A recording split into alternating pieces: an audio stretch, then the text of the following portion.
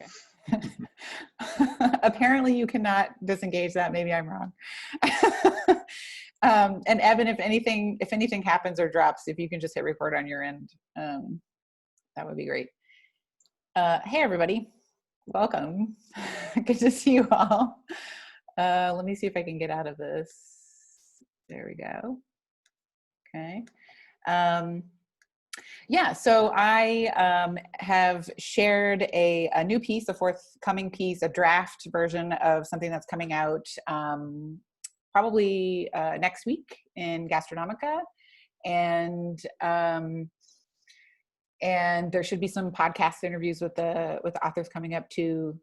So I'm excited to hear your thoughts and ideas about the piece. And I came across these other two pieces as I have started to move forward with kind of all the things basically that couldn't be contained in this new forthcoming piece. And so that was kind of the catalyst for including those for today's conversation with you all. And I have lots of questions and maybe some follow-up threads and things that people have raised over a number of weeks. And I hope that yeah, I'm excited to talk to you all and get your ideas and feedback. So let's see if I'm gonna expand this a little bit so I can see everyone. So before everybody else got on the line, Rachel and I were just talking broadly about kind of what holds all the different pieces together. So we've got sort of some critical food studies papers alongside something from the primary literature about looking for COVID in the waste stream. And Rachel, your work broadly engages with both of those literatures, food studies and waste studies, and would love to just hear you riff more about kind of what holds those two parts of your work together and how you kind of see them coming together in the time of COVID. Yeah, so I mean, I write a lot about food precarity and questions about access. My first book is, and I'm also a trained oral historian, so I've often kind of utilized oral history as a method to address questions about food redistribution, food access, and questions about precarity. And a lot of my other work addresses issues of waste and revaluation. And been thinking a lot more about ingestion more broadly, and questions about toxicity and medicinality and how those lines are frequently blurred. So really a lot of the things that I've written in the past kind of engage directly with these intersections, not just of the material of food, but also the materiality of waste, as well as the politics and the technologies that go into managing, sustaining, addressing those things. But there's always this, as someone trained in cultural studies, particularly in American studies, in a department that, you know, is always really has a strong engagement with radical labor politics and history. And as someone trained in women, gender, and sexuality studies, and that has kind of been my home base, especially in teaching for many years, that always seems to come out. So those intersecting identity factors always seem to kind of come out and are layered in the pieces that I've worked on in the past. For this particular piece, I guess it was about, again, I mean, I really want to talk to you more about all the things that I wasn't able to say in that piece, just for either editing reasons or, you know, time, the constraints of the word count, or just because I wasn't ready or there at the time. Oh, I see Michelle Yates. I have to say hello to my waste scholar friend, Michelle Yates from Chicago. Thanks for coming too. Let me see, Adriana, I just want to. So Rachel, I think what you were just saying, that you want to articulate those things that you haven't said yet, go for it. This is okay. The space is open. And I'll just say, I'm sorry, I'm just catching up now in the chat. Congrats to Adriana on the new article. So everybody check that out. The joy is there in the link, or in the chat box. Let's see. So Yeah, I guess the questions that I was kind of grappling with at the time that I was writing it were really sort of, it felt like a very, I don't know about how everyone else was feeling, but I was feeling like this utter sense of futility and just grief. There's this landscape of grief in this piece for me in so many ways. And so here I was with these big questions that I was trying to work through in the piece, you know, how can I center biopolitics in this moment of like microbial potency, and you know, how can I do what we do in cultural studies in this moment in which there's just so much sort of it just felt like there were these moments where you know, we need protocol and we need you know, there were these other medicinal things that I felt that I didn't have in my hands to offer, and I feel like that kind of came out in this is a, you know, this special issue, they really wanted dispatches. And I remember the editors kind of pushing me and saying, we want to hear, we want you to draw out this more personal narrative. And it was like I was fighting that current for a while. But the other thing that was sort of behind it in the making of it, in the writing of it, was certainly like seeing the pipeline of what was headed to the United States by having a partner who was working in the emergency medical field in Italy. And so seeing what was happening in Milan and not being able to, I mean, I was like calling the public health department in Los Angeles and trying to write op-eds. And so again, there was this futility of like not being able to use my pen in a way, the way that I originally wanted to. This piece, I started writing in the midst of other kind of familial grief of the loss of someone in my family. And so there's just so much of it kind of in the background of this piece for me. And so here I was trying to frame these questions and thinking a lot, especially about my colleague Heather Paxson, who wrote on microbes. She's written extensively on microbes and food studies work, but she has this great quote, and I pulled it for everybody today, in which she writes, "The embrace of microbial promise must still keep microbial peril at bay." And so I guess I was sort of pondering that trying to toe that line of tension in this piece, and trying to ask, what does this do? What does this knowledge do? How does this help in this moment? And I'm not sure that I ever arrived to that, but that was sort of what was going on behind the scenes. And as somebody who writes about these intersections of food and waste, I mean, waste scholars have been saying for a really long time, there was a lot that was resonating to me from the waste world and the discard world, because waste scholars have been forever talking about, hey, we need to hone in on this. We need to focus on this. This has these reverberations. And I'll talk a little bit more about that later, maybe, especially about antimicrobial resistance and the role of waste streams in that.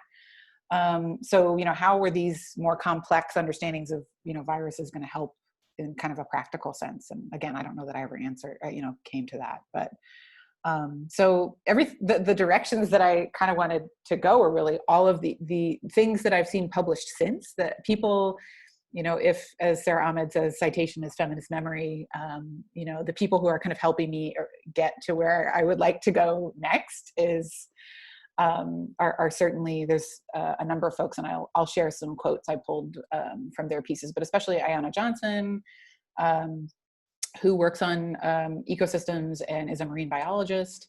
And she's been thinking and meditating a lot, especially in her Time magazine piece on Black Lives Matter and environmental movements. And Andy Horowitz's piece, which was a piece that I mentioned to you all last week on pandemics as history, and thinking about historical contexts, not just focusing on a virus or a microbe, but really thinking about them in contexts. Social contexts. So I've pulled some quotes, and I'll put them in the chat forum, share them in the chat forum with everybody, because I think those are the things that have kind of been helping me try to move in a new direction. And Jenny Liu's piece as well. I came upon it a few weeks back, sent it to my colleague Michelle, and was sort of like, this is this amazing, like, beautiful piece. yeah, I'll pause there for a minute and put some quotes in the chat box for everybody. And folks who are just joining us for the first time this week, yeah, feel free to just unmute yourself or write a question in the chat. I've got some other questions if nobody else does. Also want to dwell with the quotes that you're posting here from Horowitz. Yeah, this one's from Ayanna Johnson's piece in Time magazine, which I thought was really amazing. And then this next one actually that was just published a few days ago, which I loved, which is really about framing some of these questions that Ayanna Johnson's piece raised in ecology and evolutionary biology as a field. And I think some of these points come up in Jenny Liu's piece as well, of thinking about the way that we talk, you know, on a field level, and what, you know, how that resonates with her as an ecologist or not. And so these are kind of the three that I've been drawing from as I move forward, particularly with a more centered waste and COVID piece. But I mean, in so many ways, food scholarship really helped me. I mean, Roberta, you're here, and I hope we can hear more from you too. You know, your pieces as you were reflecting on the moment, and Heather's work, Heather Paxton's work, you know, thinking about, well, how have all these amazing thinkers, you know, helped me think more robustly about microbes, particularly in the food world. How have we been talking about it and teaching that in, you know, in lecture hall, Michelle, you and I, with our biotechnology students, particularly in the lectures that I do on like the microbiome. And how does that, how can I try to make some sense of that for this moment that doesn't seem to have any sense or rhyme or reason?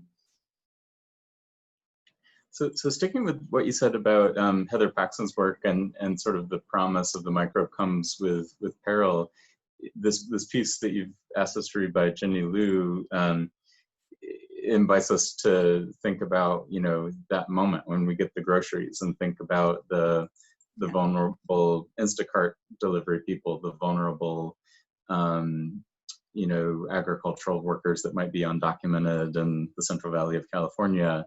The ways that we inherit these problematic histories every time we eat food. And I guess on the one hand, like, the promise of COVID is maybe this cosmopolitical slowing down, to use Isabel Stinger's words, the promise in the domain of the food system and agriculture to think about the unethical articulations that have been built into our world. And here's Jenny Liu, like an ecologist, trying to practice the future differently, or the present and the future differently, thinking about concrete things like having a garden, a very modest thing, as a way of like rearticulating the world and making different ethical calculations that are situated with respect to the current microbial moment.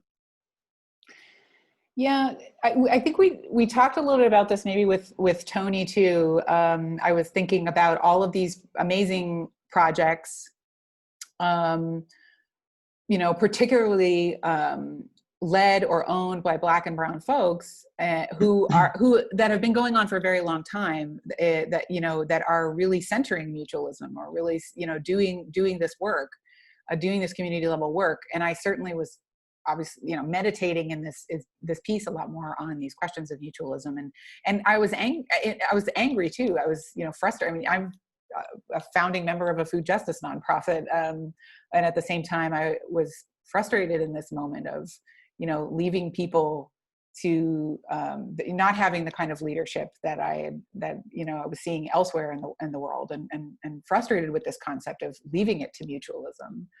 In some ways. In other ways, it clearly is a more searing and pointed work in a particular community. It's very localized often, and can be more impactful in that way, perhaps.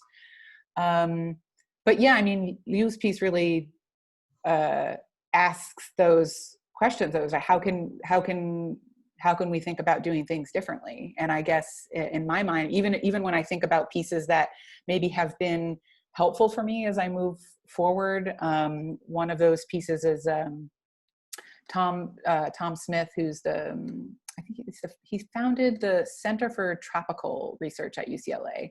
And he wrote this op-ed that was really about like, hey, we really actually need to be taking climate change seriously, because this is how it can not just disrupt, but generate what he refers to in the piece as increased viral chatter, or like the increasing possibility of more pandemic and ecosystem disruption, which is a point that Roberta alludes to in one of her pieces that I cite. So I mean, there were these pieces that are pointing to, okay, what is the connection to the kinds of what do I call it in my pieces? Like, I suggest that perhaps more balanced, microbial balance might help us to mediate the increasing pandemic experiences. But then I have to sort of contend with, well, what did I mean by that, and how does it get applied, and what did I mean when I said and we have to do it in anti-racist ways? What are and Jenny Liu's piece certainly is to me a great example of trying to do that work in some way, trying to reflect on that work in a couple of different directions.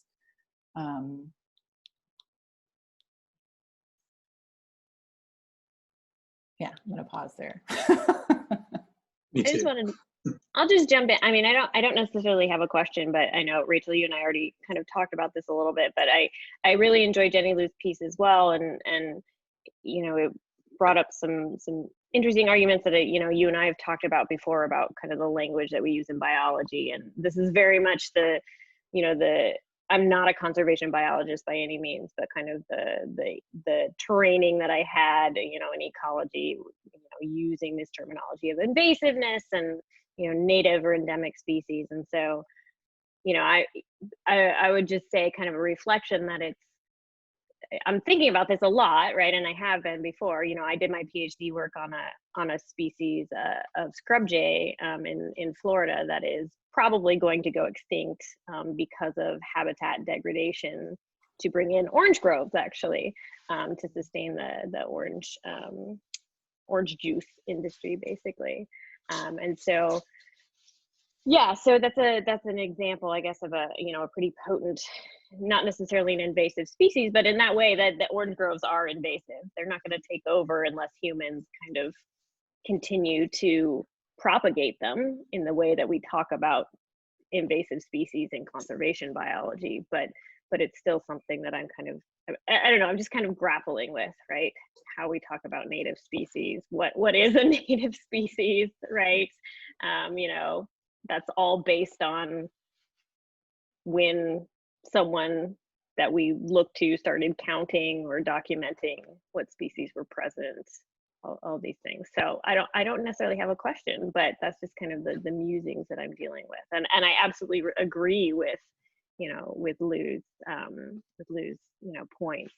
I'm just trying to grapple with how ecology and conservation can kind of do this more anti-racist work in really practical ways. Yeah, I love that you're telling us about your research too, because I think it's just it's a really helpful comment to make. I do think that there is work being done on this. Like I've seen some really amazing work that is sort of asking the question of, well, because of climate change and because of these ecological disruptions that are continuing with status quo right now, how are even conservationists and ecologists talking about and establishing this language, and what are the politics of that language? I think that there are a lot of people in those fields who are asking these questions, and Indigenous scholars as well are asking questions about what does this mean, very critical questions about what are the different ways that people see these kinds of migrations, and so to make that link or to make the bridge, a lot of what's happening now in terms of ecological disruption and climate change is that we see more movement, more migration. This is the norm. It is normative. And so how are people within these fields, as well as from the outside, reflecting on them, thinking critically about this? And I read one scholar who was saying, on the one hand, I kind of want to apply the precautionary principle here of not, randomly introducing, new species, for instance, but there's another part of this, that there's a politics to this, and there's a politics to the labeling and the policy, which I think is a point that we gain from Yu's piece.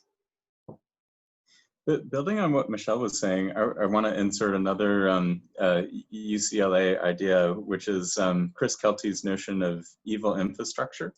And as Michelle was talking about the orange groves, I was thinking about evil agro-industrial enterprises. And I think there's a way that the word invasive is kind of a sleight of hand. It's sort of dressing up value judgments about other organisms in the language of science. And I feel like Chris, with that piece on evil infrastructure, is doing a really good job of, this is a situated judgment of something that kind of structures the known world.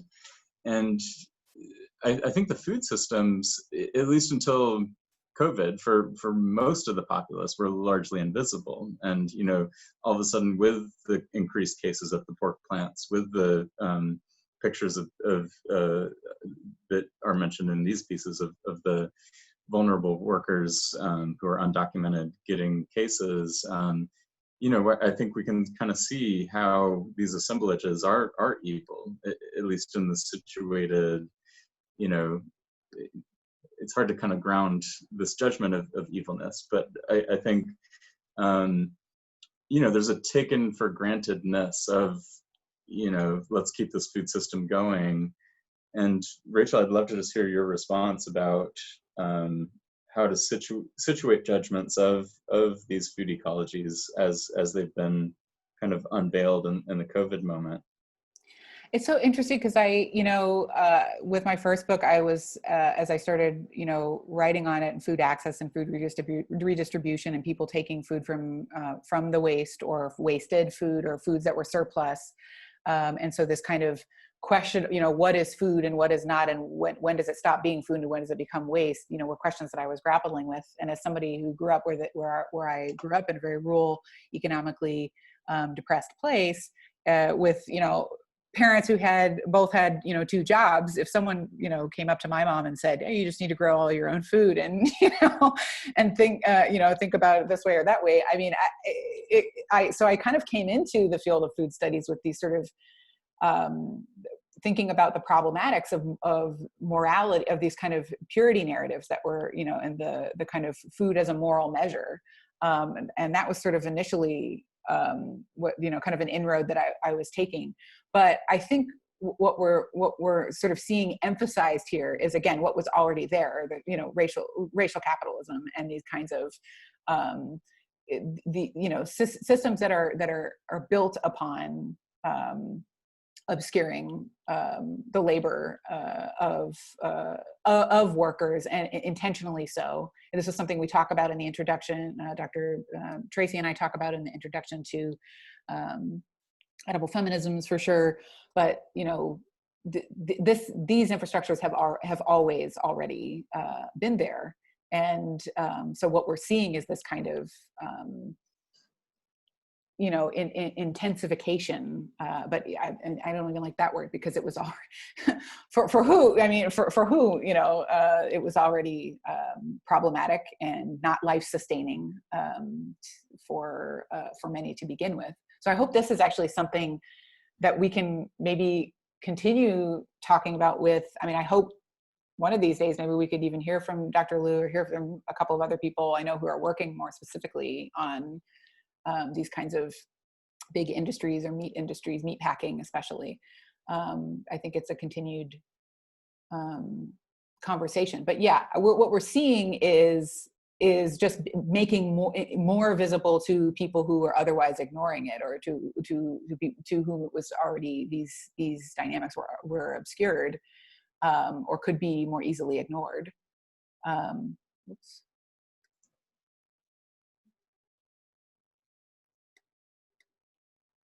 Let me go Adriana? to Adriana had her hand up. Oh, sorry, yeah.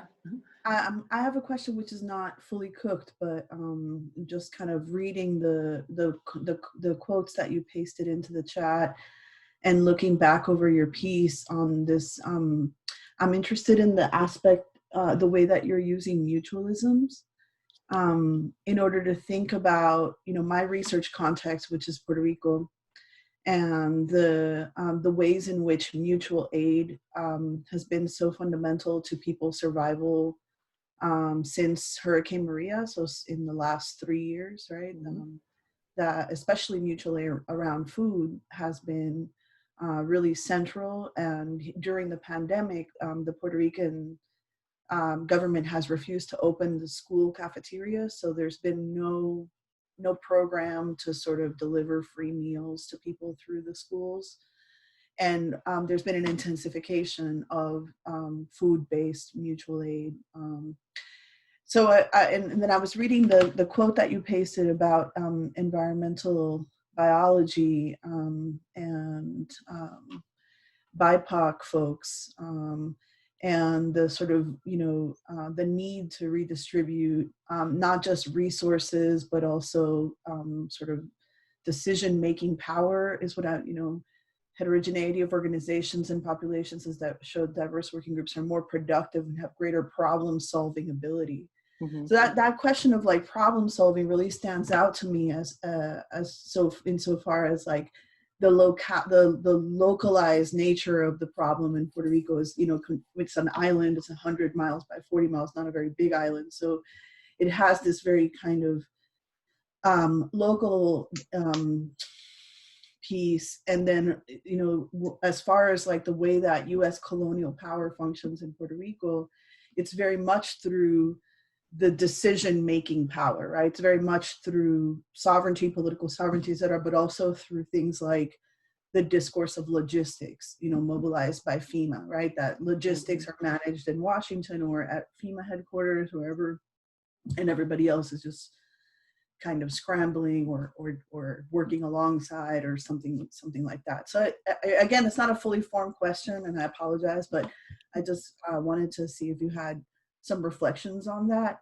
just that sort of multiple meanings of mutualism in your piece. Yeah, I mean, you said it better than I could with the examples that you provided. I think that was amazing. Thank you. I mean, the quotes that I shared with you all were really just kind of publications that have come out. I mean, this last one in EEB actually just came out a few days ago, and I was like, this is just one other example. So I'm still in that kind of absorption phase. But I think that the point that you're making is the thing that I need to carry forward in the next in the the expanded next piece, is to delve into that a little bit more for issues of the limitations that we had on us for this dispatches special issue. I had to cut out so much. So I think what you articulated with these examples of mutualism kind of in communities on the very local level examples, I think is one thing. It's something that I meditate on in a kind of a blog post where I was really some bits and pieces from that then made it into this piece, but this became a different creature entirely the more that I wrote. But I think I was certainly thinking about people fighting over resources and purchasing to the point where there was not you go to a supermarket and there's nothing left on the shelves. And at the same time thinking about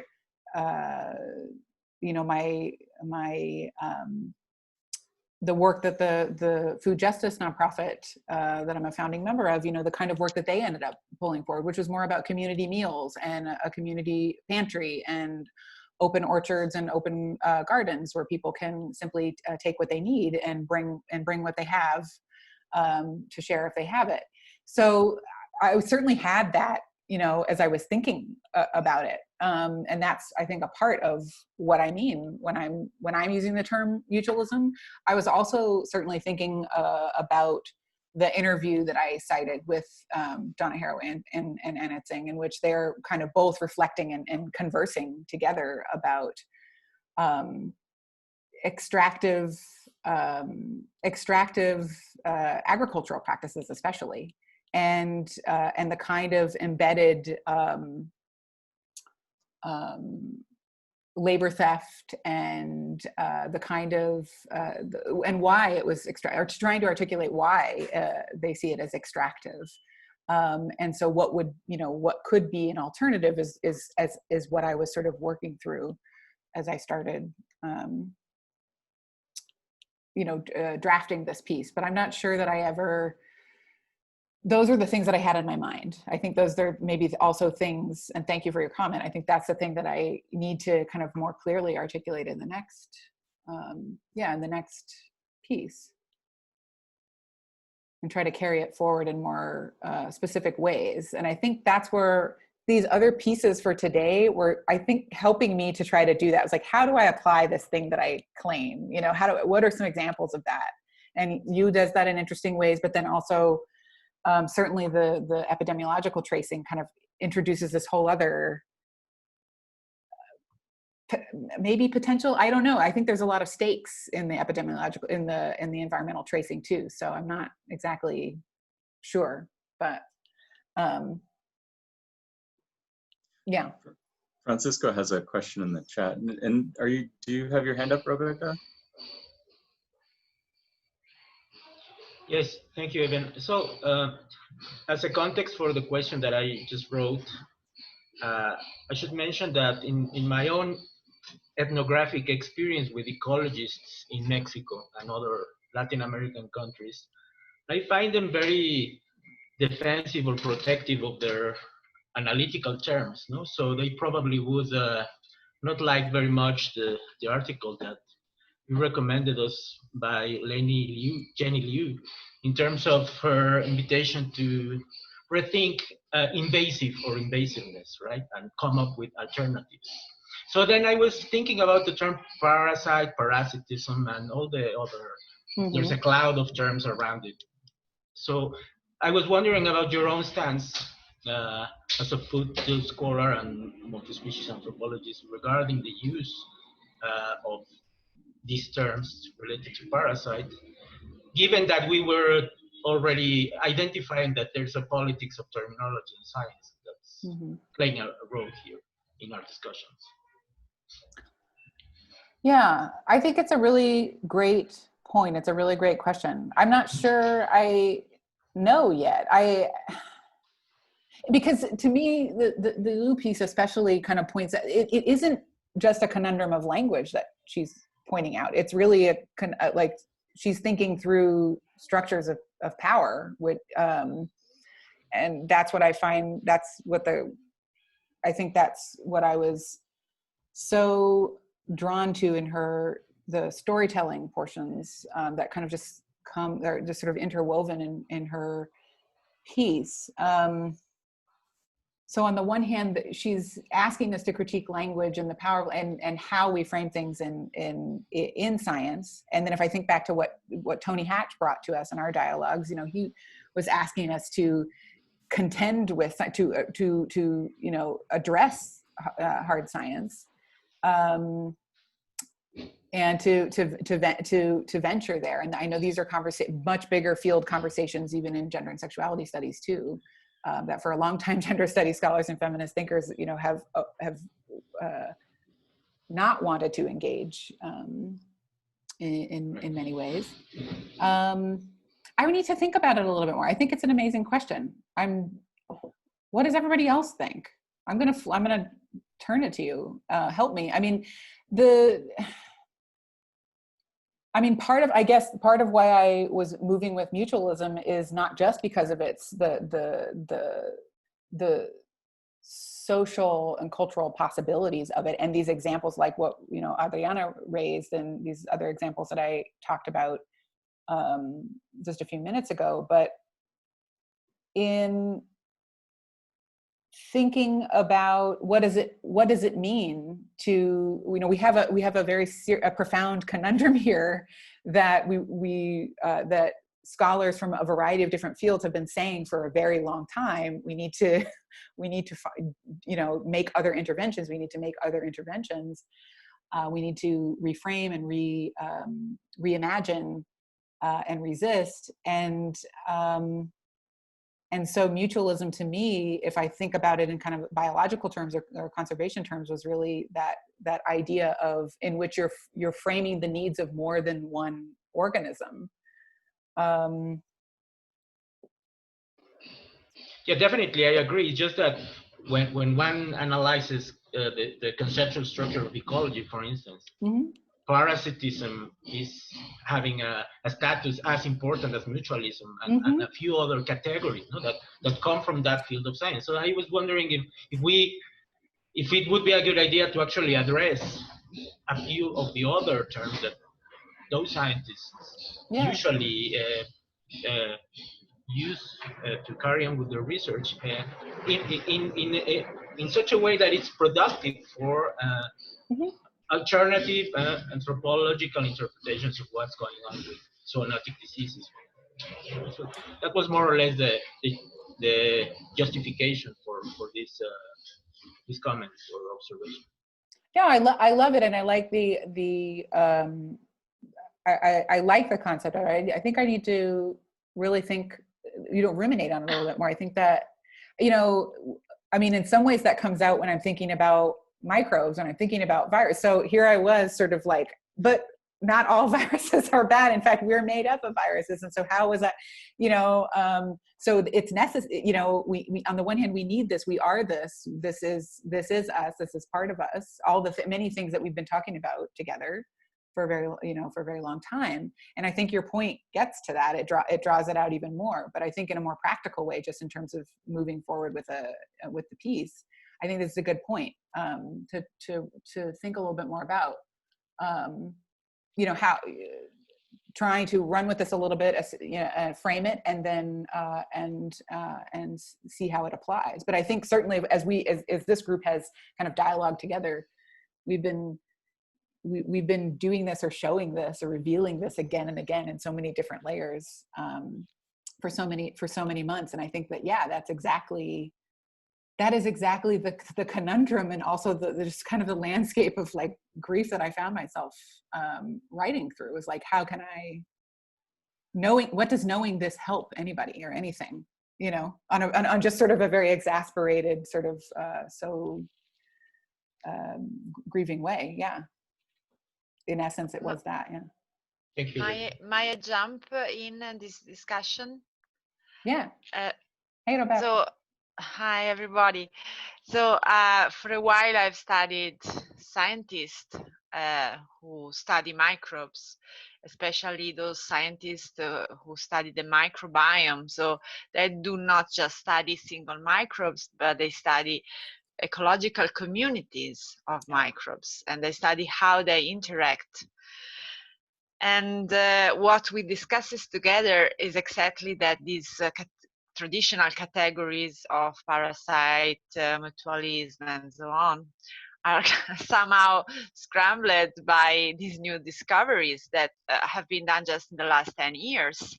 And so also scientists are in a kind of what Margaret McFadden-Gay, who is a biologist, she has described as a future shock, you know, because they are starting to get evidence of this very big microbial world and very complex, in which these categories of agonies are not anymore, do not hold as before. And I think that in these shocks we can, as anthropologists, interact with them and make sense of these gaps and these zones of uncertainties. And I mean, last year I wrote a paper and presented in a workshop, and I spoke about microbial antagonism, But this terminology is in the title of my paper that will appear in future, and it was used by one of the person that I interviewed, but actually Rachel pointed to me that it was so important and could have been a key concept for the paper and put also in the title. And this idea of antagonism, microbial antagonism, is exactly a proto, because this terminology was used before the microbiome revolution, but was exactly this idea of the fact that it doesn't really exist a bad microbes, again, a good microbe, but also bad microbes can live in an environment if the community balance is made in a way that they can cohabit peacefully. So I think there is much ground for us to discuss with scientists about those things and elaborate more nuanced views on the biological world. And I think the paper of Rachel really points to that as well. Yes. You know, I love that paper that you wrote. I was lucky enough to read it last summer, and I just loved it. I remember talking about it with my friends in Italy and thinking more about it. So you know, I love that paper. It kind of, if I take this thread and kind of circle back to a couple of those quotes that I shared with people too, I mean, I think this is why I loved Andy Horowitz's piece so much. It was a historian and does disaster studies, and this just came out a few weeks ago. But, you know, when he has that last line where he talks about, you know, the thing that we come to name COVID-19 pandemic will have much more to do with the social world that the virus encountered than it does with the virus itself. To me, that just spoke volumes about, you know, contextualizing and localized knowledge, but also about these kind of interworkings and intertwinings. And I felt that exact conundrum in writing this, that there was no way to simply focus on, you know, this is the answer protocol, or this is the, it was so much about context. And yet I also felt such a conundrum of having that knowledge and understanding, or having that lens and seeing it that way, because it just felt so futile with, you know, with my husband here, you know, in the midst of hundreds and hundreds of people dying and coming down with COVID himself. And so it was just, it's all sort of intertwined in this. On the one hand, what do I do with this knowledge? You know, I know it has meaning to me and a meaning to my field, but then what do I, you know, what meaning might it have in these broader contexts? And I think, Roberto, your piece, you know, shows us to, and Heather's work kind of shows us to really think about these as ecologies and ecosystems, not just as single entities. Michelle Murphy's work in waste and the afterlives of chemicals really did that for me as well. It's helped me really think about, on the one hand, the value of biomonitoring systems and what kinds of data have been helpful to have about who gets affected.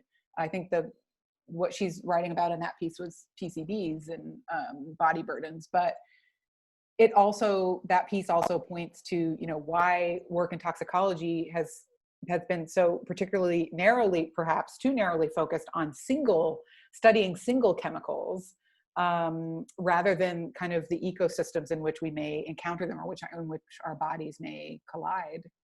And so her work has certainly been helpful. I'm gonna catch up on the chat.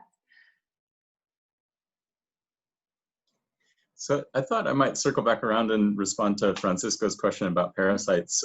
For me, kind of the two central points of reference as I think about parasites in the multi-species ethnography conversation are the book by Michel Serres, which is kind of celebrating the parasite as the joker, as the entity that can always kind of morph depending on circumstance, but I think in the end, it's deciding who is the host and who is the guest for Serres. It's a long meditation on the undecidability of the parasite in relation to others, but kind of coming down that one must ultimately decide.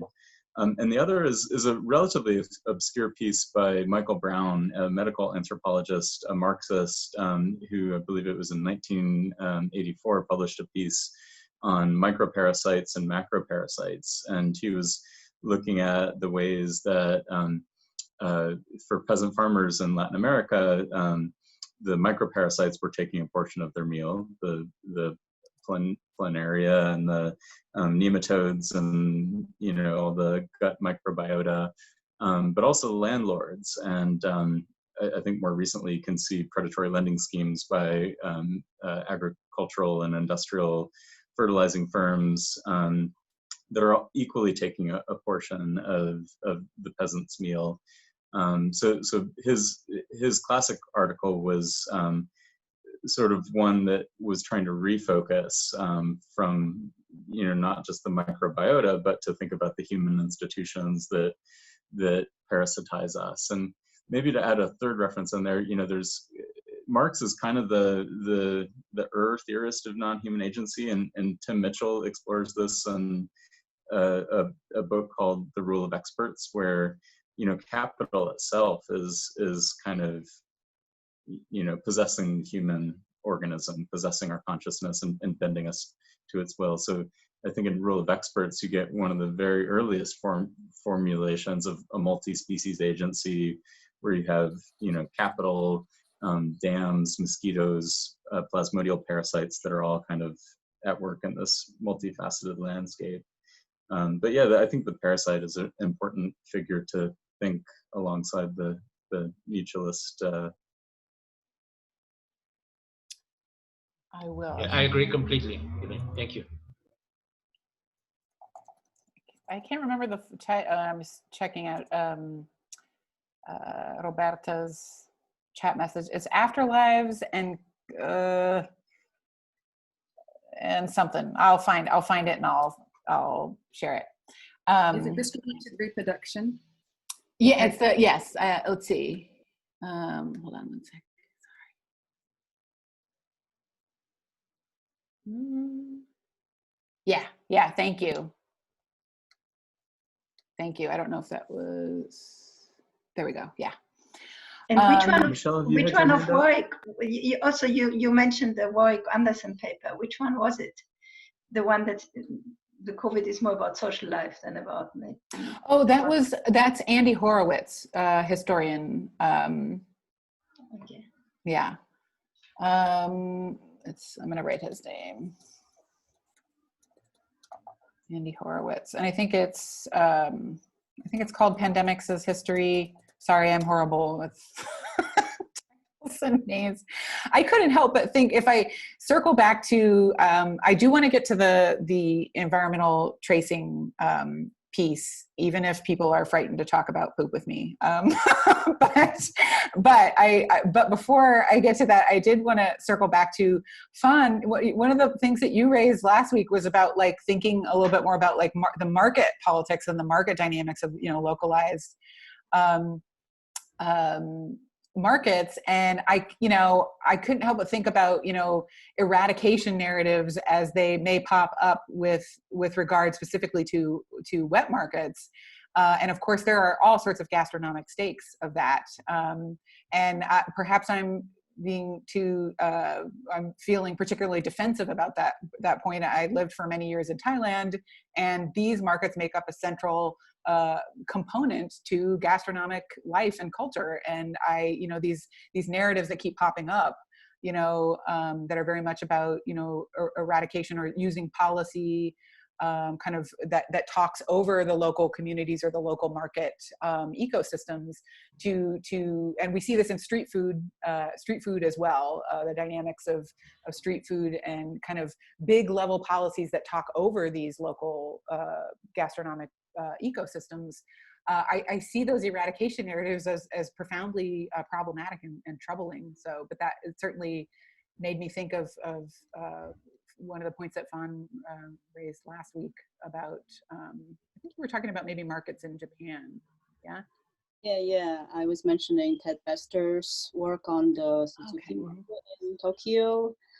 And actually, I was wondering, this may be a complete side note, but the discussion both in this particular session and previous sessions have inspired me to look into this one anecdotal thing that I encountered in Shenzhen, where I do some of my fieldwork. There, was it 2 years ago maybe? I was invited to a friend's place. They have this B&B, and they said, "Oh, we're gonna have our robot cooking our food today." And so I was really intrigued. So I wrote a little bit about it in a little piece on logistics, actually. So just kind of thinking about the human, not human entanglement in this particular anecdote. So just to tell you a little bit more, the robot really is kind of like a rice cooker. But the packages were actually delivered by humans to different distribution centers. So you got robot cooking, and then you have the humans delivering. And so, so I'm kind of inspired by the discussion to think more about the linkages between logistics, infrastructure, market, and food, because some of the friends in China are actually telling me, or have been telling me, that because of the already existent infrastructure of food delivery in places like Shenzhen, you know, very advanced, one of the top 4 cities in China, and that was one of the reasons that they could really keep the whole social distancing. Like, unlike here in the US, I think things are just picking up in terms of like Instacarts and all those delivery services. In this pandemic, over there, supposedly, because it's already around, it was very, very effective. So I was really inspired to wanting to look into that.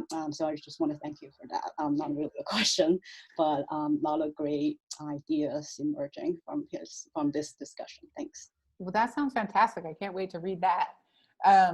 You know, one thing this kind of reminds me of is, I mean, on the one hand, waste scholars talk a lot about, you know, the kind of techno-scientification, and you know, on the waste management side, there's tends to be a lot of these, again, you know, these sort of interventions of the technocratic that do very much disrupt local level, you know, waste ecosystems. And it's something that I wrote about in the latest special issue of Catalyst, or I'm, you know, thinking about women waste pickers and the kinds of things that they're dealing with, and how what kinds of interventions they're making, as opposed to some of the more technocratic interventions on management, you know, large scale management levels.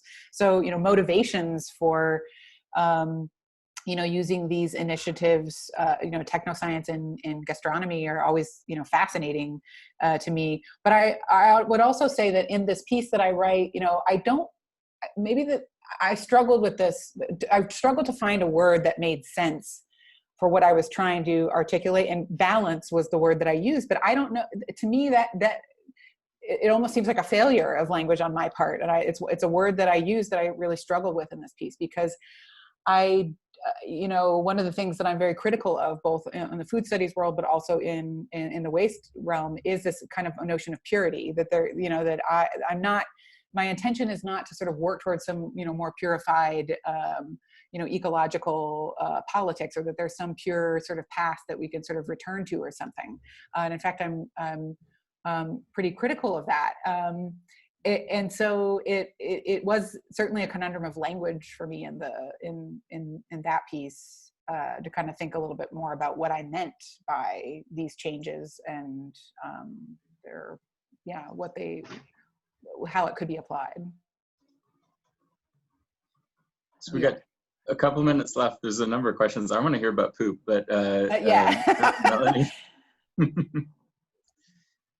I mean, no, I think that's my point fits in here quite well. Thank you so much for this piece, and it resonated a lot with thinking about food and COVID and what is going on in South Africa. But also I was trying to make sense, like, of the South African situation, because food insecurity and hunger are such huge issues. In fact, in the end of March, the government shut down pretty much all public life, including all the food markets, on which many people rely, both for making an income and also for getting cheap fruit and vegetables. And that just quickly became clear that's not sustainable.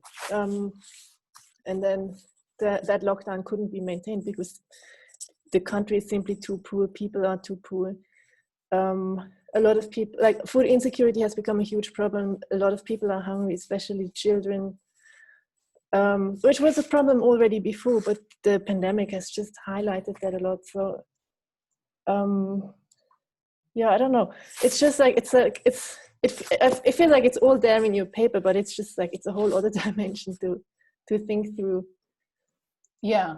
And in many ways, that is the power of these local level interventions of mutual aid and mutualism have been in part because of the failures of, very unsustainable programming or support from the larger entities. And so in that way, thinking on the smaller scale, and I see this in agriculture too, in which a broader range, a more diverse range of actors are thriving economically and are represented.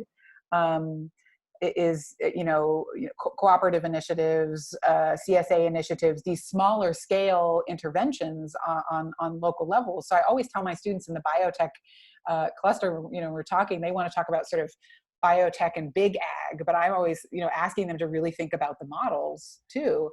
And I think these are good examples. I mean, these are very severe and profound problems that have to do what, the marine biologist that I'm quoting, Johnson, that I shared with you on the chat box before, we cannot separate these factors, policies and initiatives that are going to speak over communities or not include the various actors are going to fail. And I know this is, as somebody who has been a founding member of a food justice nonprofit, this was part of the intervention there, was to kind of say, this is what the Food Policy Council, and even on the local level, was failing to do. That was the pushback. That was kind of the initiative.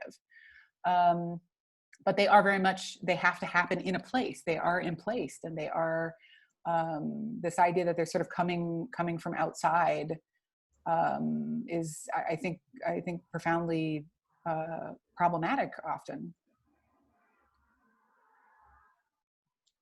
Well, thanks so much, Rachel, for sharing this delightful essay. Let's see, who do we have next week? I actually don't have the schedule in front of me. Do you remember, Rachel? I think it's Sriya Chatterjee. Ah, great. Yes. Yeah, that beautiful piece. I'm very much excited about that. Mm-hmm. So can I ask, does anyone else want to, it's 7:02. Does anyone else have time to stick around for a minute to talk about poop with me, or do they really have to? Yes, I want to hear about horrible poop, way to ask that question. I just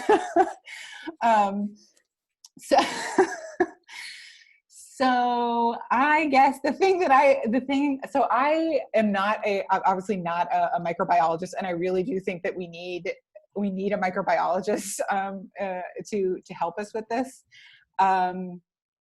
But oh yeah, I love that book. Thanks, Anne.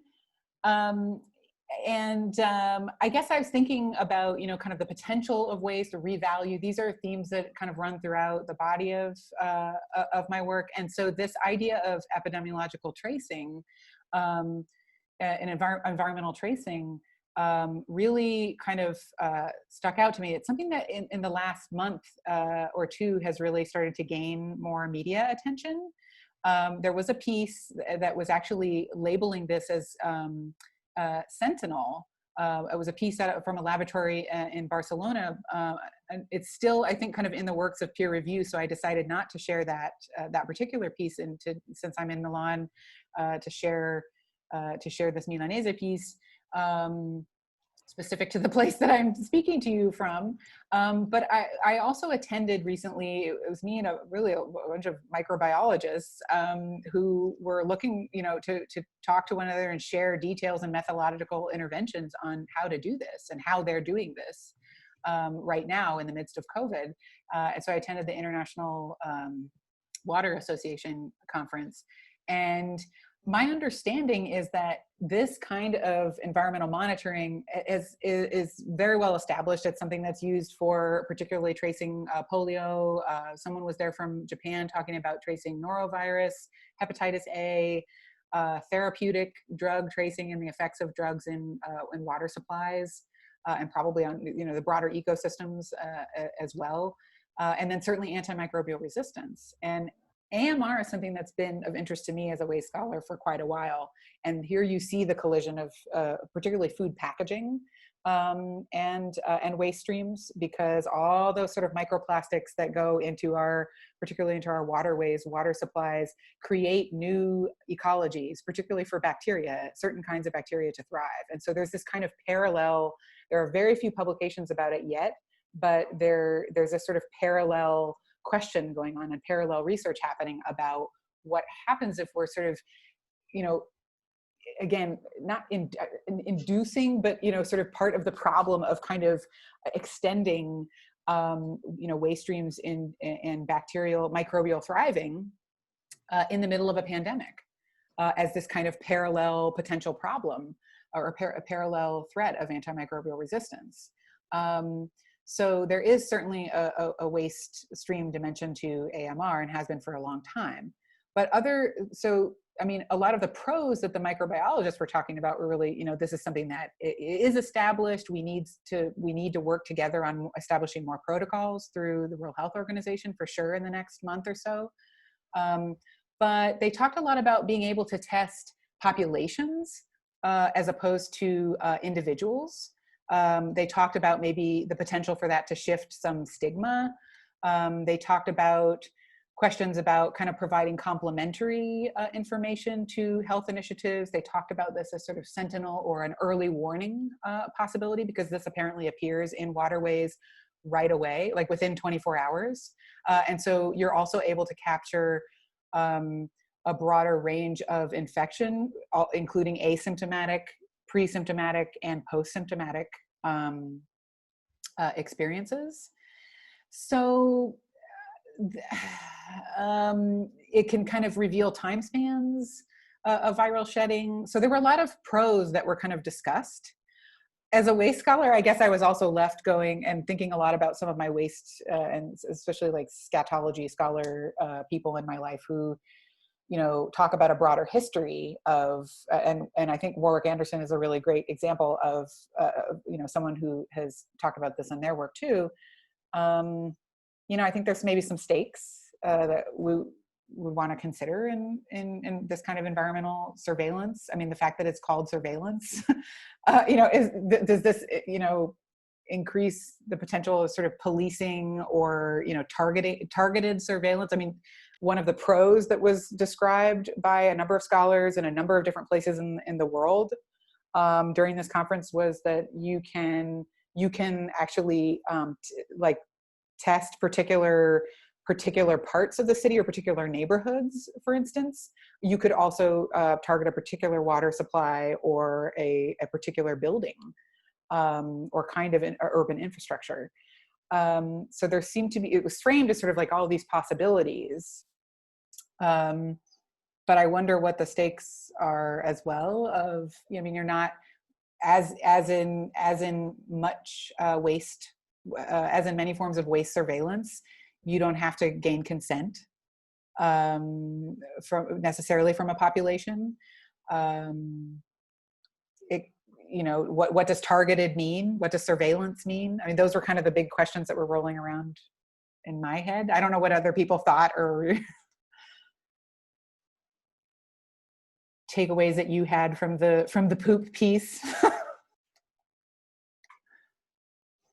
I think one of my main takeaways from the piece from a more kind of methodological perspective is I was enjoying reading, I can't believe I'm saying this, enjoying reading the methods about PCR and seeing the different kinds of results that they got with the different assays. And to me, that was like, yes, that is exactly what we do in the lab every time we try to develop some sort of assay. It's this process of like, you're looking for these tiny, relatively tiny quantities of, of microbes or of RNA from this virus. How do you develop an assay to do that? And the assay that you use will shape the results that you get to a certain extent. And so that was really interesting for me, the way that they actually are kind of going through the different parameters and kind of trying to find the, show us the assay that is most likely to be able to amplify, the viral genome so that we can actually pick it up. And so that was fascinating to me. I love that you're talking more about a methodology too. And this is where I was sort of like, there's all these microbiologists talking about method. I have no idea what they're saying. I mean, this is talk about like bridging into an interdisciplinary, another disciplinary circle that I have no, a very different frame of reference for. And there was a lot of very like practical kind of methodological questions at that conference that I, struggled to, and there was a lot of debate too about like, well, we just need protocol right now. In this particular moment, we need a particular protocol that everyone can follow. So yeah, I love that you're talking a little bit more about the methodological component. And this is where I would love to hear more directly from a microbiologist who can walk us through what they're doing. But there were all sorts of questions even about transport, testing, these kinds of things that came up that were really fascinating to me. And at the same time, I was feeling very tentative. And if I think about, well, okay, I mean, again, the idea of being able to test a population, or to pose a question as opposed to necessarily surveil an individual, or to generate suspicion or maybe shame or blame or something like that from individualized testing, it raised some interesting possibilities or questions for me. At the same time, also some big potential stakes. May I jump in? You just mentioned it as an early warning system, and I was wondering, given that by PCR analysis you can only actually find organisms whose sequences you already know, whose DNA sequences you already know. Mm-hmm. So it probably wouldn't work as an early warning system for new disease, would it?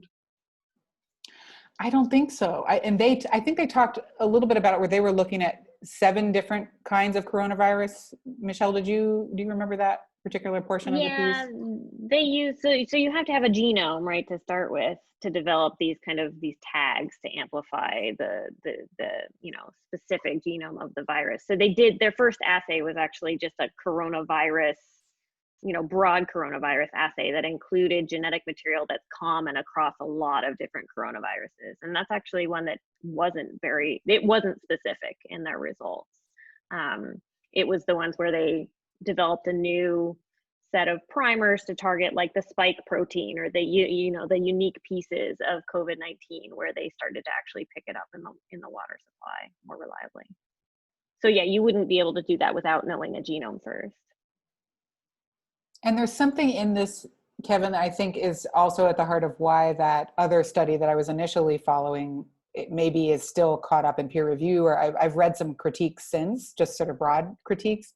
And there have been other studies published since, like in Louisiana, in France, in a number of different places. But that one I think is still in peer review. And some of the critiques, again, I don't know, this was just sort of brought like preprint kind of circulation conversation of the piece.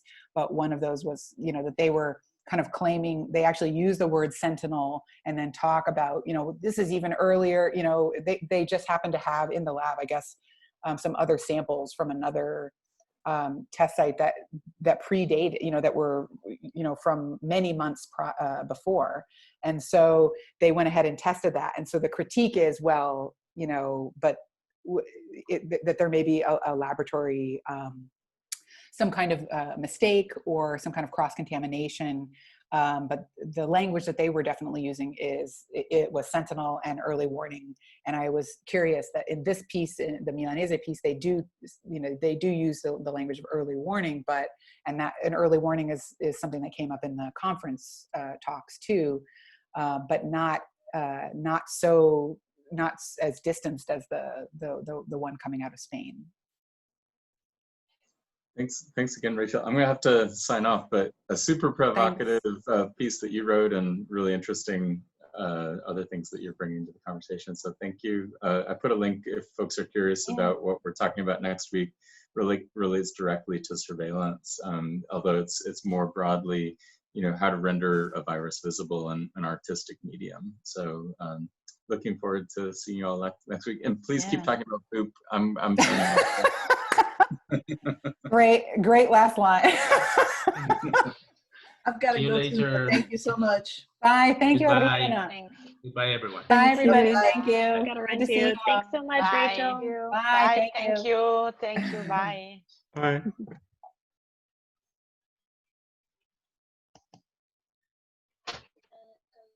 Arrivo, amore.